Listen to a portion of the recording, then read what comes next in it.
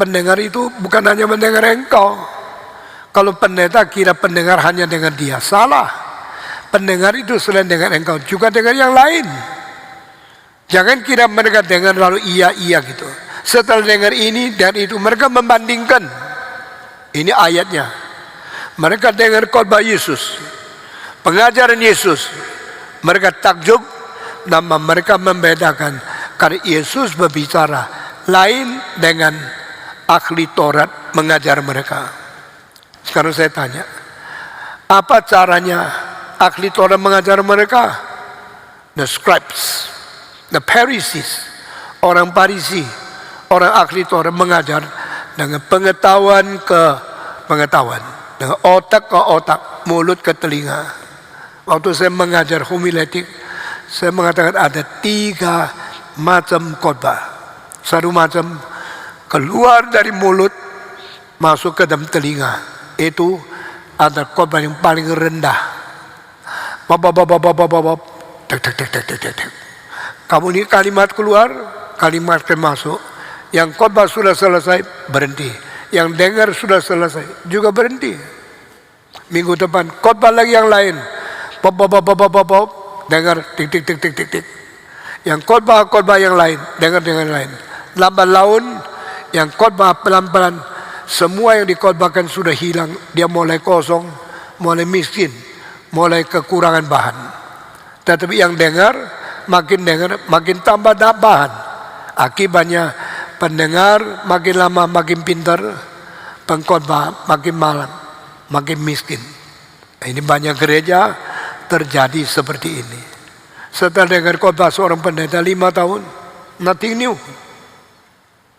nothing attracting, nothing fresh,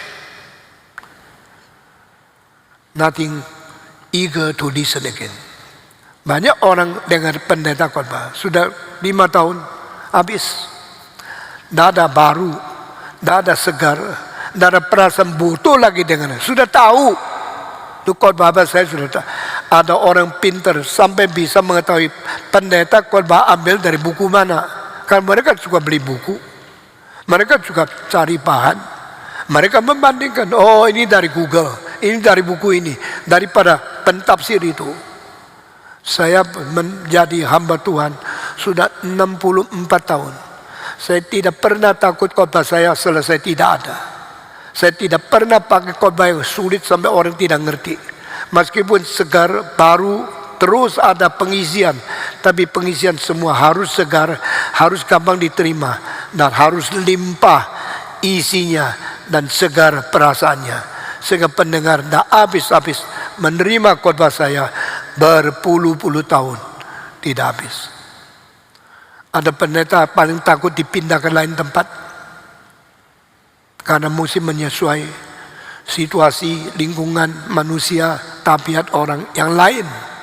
Dia kekualaan kalau menghadapi yang baru. Tapi ada pendeta yang sangat ingin cepat dipindah. Sudah 3 tahun pilihan tempat pilihan. Karena apa?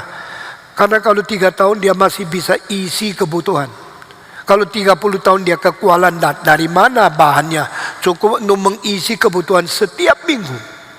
Untuk yang masih belajar di sekolah dasar, sekolah menengah, mata pelajaran paling sulit yaitu mengarang sesuatu karangan kan, komposisi. Waktu setiap minggu mau tulis apa mempegang itu susah sekali. Orang yang paling takut menulis karangan-karangan ciptaan daripada tulisan harus mengerti kesulitan pendeta.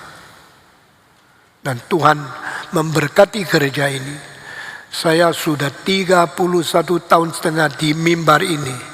Dari khotbah pertama sama khotbah di sini terus berbeda. 31 tahun. Berarti lebih daripada hampir 2000 khotbah. Gampang tidak. Selain hari Minggu, masih ada kebaktian lain. Masih ada speak. Masih ada seminar-seminar berjudul politik, kebudayaan, ekonomi, pendidikan, dan semua bagian kebudayaan yang lain. Saudara-saudara, tidak gampang. Mana pendeta bilang sama saya, setelah 2-3 tahun saya mau pindah. Karena dia tahu bahannya segera tidak gampang terus menerus mengisi. Saudara-saudara, saya sekarang tidak bicara tentang pendeta. Saya bicara waktu orang membandingkan khotbahmu dengan khotbah orang lain, mereka memberikan sesuatu penghakiman, penilaian. Yesus khotbah lain sekali sama semua ahli Taurat orang Yahudi. Yahudi memberikan pengajaran dengan bahan yang baku, cepat habis. Tidak ada merangsang, tidak ada yang inspiring, tidak ada yang memberikan wahyu, ilham, atau rangsangan pikiran yang berarti. Dan tidak ada yang merubah masyarakat. Karena isinya sama. Sebagai seorang guru teologi, 15 tahun yang lalu, papanya seorang hamba Tuhan ikut kuliah dia. 15 tahun kemudian, anaknya juga ikut kuliahnya. Suatu hari, anak itu tidak bisa hadir. Sehingga kehilangan satu fatsal pengajarannya. Lalu papa bilang, yuk belajar dari dia. Saya dulu juga belajar dari dia, dosen yang sama. Kamu kehilangan, lihat catatan saya. Waktu dilihat catatannya, setiap kalimat sama. Tidak robah satu huruf dari fatsal pertama sampai akhir. Dia baru tahu. Jadi dosen itu bisa mengulangi bahan yang lama untuk berpuluh-puluh tahun tidak ganti. Berarti puluh-puluh tahun menjadi dosen, tidak belajar, tidak baca buku, tidak ada bahan pembaharuan lagi. Dan dia kasih tahu sama saya, ternyata dosen itu tidak pernah berubah bahan, tidak pernah baca buku, tidak pernah tambah-tambah bahan pengajarannya. Apakah dia malas? Atau dia bodoh? Atau dia sudah pintar, pengajarannya sudah top, tidak usah dirubah lagi? Saya tidak tahu. Tapi saya tahu, khotbah 30 tahun lebih di sini, setiap minggu lain, karena saya harus bertanggung jawab. Seperti air hidup, supply, tidak habis-habis. Menurut janji Tuhan, sampai hidup yang kekal.